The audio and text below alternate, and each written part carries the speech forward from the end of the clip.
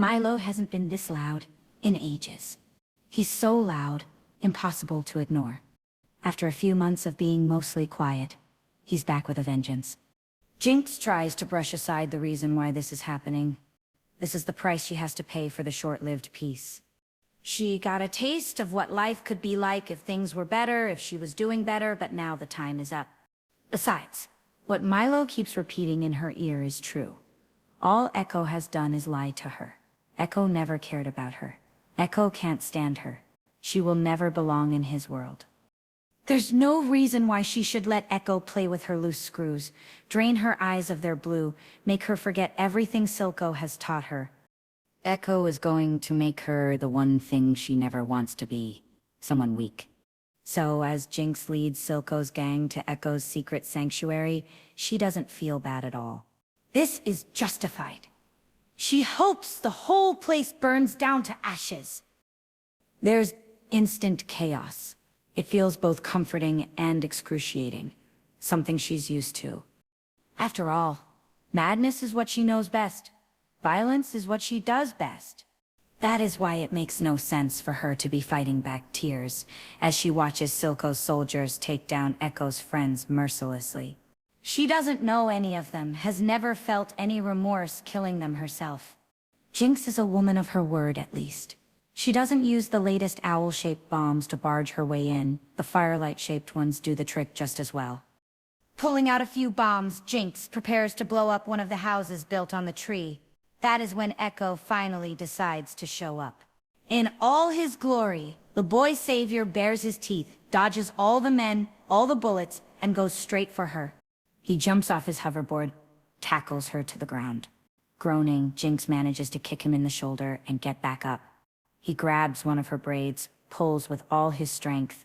Jinx screams. Ekko screams back at her. He gives a powerful yank and she falls backwards, hitting the back of her head on the ground, seeing black for a good minute. Ekko gets back on top of her, starts punching her with all he's got. Jinx gasps, tries to cry out, maybe lets out a laugh. It's a blurry mess of knuckles and sharp nails and broken trust. They are back on that bridge of death. They've been a ticking time bomb ever since she left to be with Silco. As an expert, Jinx knows that the explosive charge is the main component of any bomb, and boy are the two of them good at exploding. Maybe this time Ekko will actually finish the job. Jinx can only see through one eye. All that's left in her field of vision is the hatred on her best friend's face, sweat dripping from his brow line and trickling into his eyes, falling down to her cheeks like tears. Jinx is not surprised when the little girl inside her starts crying for Vi to come and fix everything. The timer has finally run out. She's not sure she's ready. Suddenly, Ekko is pulled off her. The suffocating weight of him and the thoughts of a painful death by the person she's in love with do not disappear. Jinx heaves, looks up, forces her blurry vision to comprehend what's happening. It's Sevika. The muscles in her human arm do not seem to even struggle as she grabs the back of Ekko's shirt and throws him across what, just a day before, was the main street of the hideout. Crawling, Ekko reaches for his hoverboard. Sevika kicks him in the stomach so hard he chokes, a broken rib or two. Jinx feels the kick so vividly in her own body that it's like it happened to her. No matter how you look at it, watching Sevika beat the shit out of Ekko was not what she had wanted out of this day. Two other women run to the scene to assist Sevika. They rush to grab Ekko and force him to his knees, dragging his arms behind him. Stop! The sound of her voice gets Sevika to turn to look at her. Jinx wipes some of the blood off her face as she gets back up on wobbly legs. She tries to get her heart to calm down, but she's still having a hard time catching her breath. Ekko's eyes find hers. Jinx tries to swallow but can't. Even as she gets closer, he doesn't take his eyes off her, even for a second. It's a surprise the glare he gives her doesn't cause her to suffer an immediate heart attack. Eyebrows low, brown eyes black. It is the violent look only reserved for her. And Jinx hates it. And at the same time she loves it because it proves to her that Silco was right, Milo was right, Vi was right. She deserves to have him look at her like he wants to kill her in cold blood. Sevika looks at Ekko and asks if he's the leader. Jinx considers not replying, but nods eventually. For once, Sevika looks pleased. The huge tree behind them is set on fire. Finally, Ekko's eyes move away from her.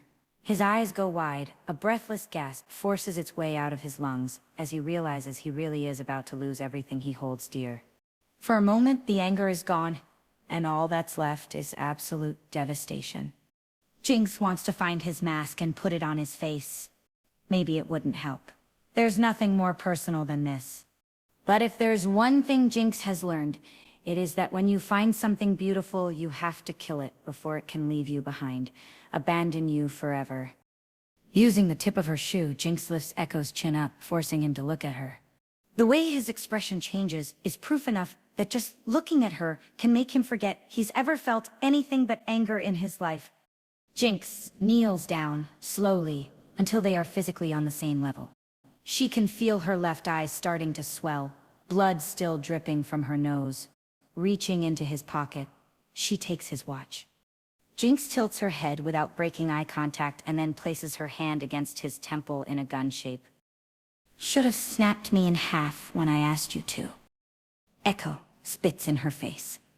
Shock slows her down for a split second. In that time, Sevika strikes the back of Ekko's skull so hard he loses consciousness. The woman then raises her robot arm. If there's anything impressive about that ogre, it's the sheer audacity that she has. Jinx shoots a bullet at her ugly arm. Didn't I tell you to stop? I want him alive. Sevika's face twitches like she's about to tell Jinx to go screw herself. If you try anything else, the next bullet will hit you right in the face. I can promise you that. It feels good to know Sevika wants to disobey but can't. Everything else about this situation gives her little satisfaction. As the women drag Ekko away from her, and a sick kind of overprotectiveness tries to take her over, and Milo's comments make her body tremble, Jinx has to remind herself of what she really is. The fight on the bridge never ended, and just like when they were children, she knew which one of them would eventually win.